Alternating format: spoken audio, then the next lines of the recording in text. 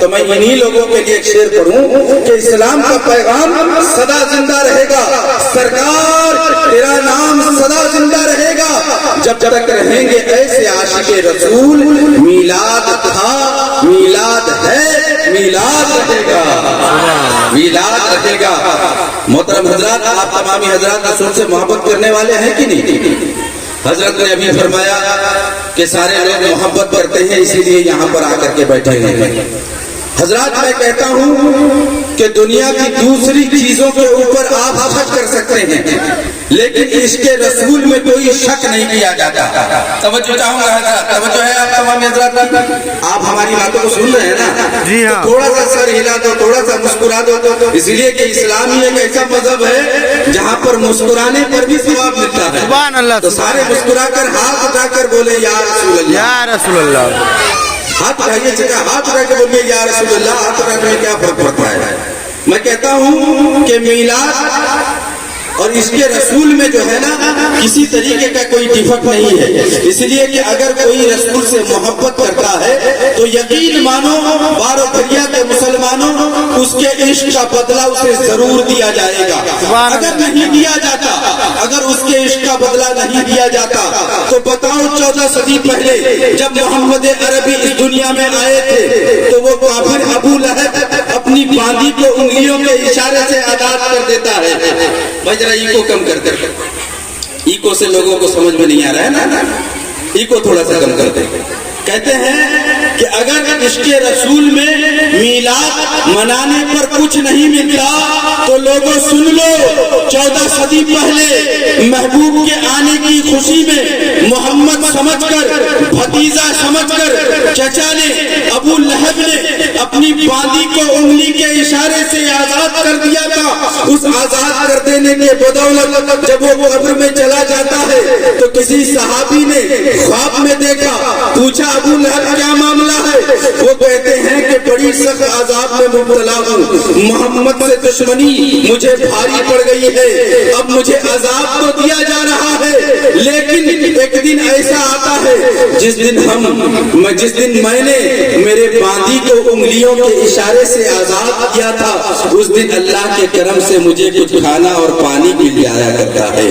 بتاؤ وہ کافر جو نبی کو نبی نہیں سمجھتا لیکن اپنا بھتیجا سمجھ کر میلاد مناتا ہے تو اللہ رب العزت قبر میں اس کے عذاب کو کم کر دیتا ہے۔ جو بارہ دریا کا سنی مسلمان اس سرزمین پہ نبی کا غلام بن کر چھاتی ٹھوک کر آ کر اس محفل میں بیٹھے گا، کیا اس کے قبر میں عذاب پر تکلیف نہیں ہوگی؟ بے شک، سبحان اللہ سبحان اللہ۔ اس کے عذاب میں بھی کمی ہو جائے گا۔ یا رسول اللہ، اعلی حضرت زندہ آباد، نعرے تکبیر، آباد، نعرے رسالت، یا رسول اللہ۔ محترم حضرات، میں آ رہا تھا تو مجھ سے کسی نے پوچھ لیا، حضرت حال فی الحال کی بات بتا رہا ہوں، ہمارے علاقے میں لوگوں نے بڑے دھوم دھام سے جلوس نکالا، بڑا اہتمام کر کے میلاد النبی منایا۔ میں یہاں نہیں تھا، میں دوسری جگہ نوکری کرتا ہوں۔ میں جب واپس آیا تو میرے کسی قریبی رشتہ دار نے مجھ سے پوچھا، کہا مولانا صاحب میلاد کس لیے منایا جاتا ہے؟ کیا فائدہ ہے میلاد سے؟ میں نے کہا بے وقوف، فائدہ ہی فائدہ ہے، اس میں اگر فائدہ نہیں ہوتا تو آج تو مولانا نہیں بن پاتا۔ اگر آج تُونے مولانا کے خطاب سے تجھ کو نواز دیا گیا ہے تو اسی میلاد النبی کے بدولت نواز دیا گیا ہے۔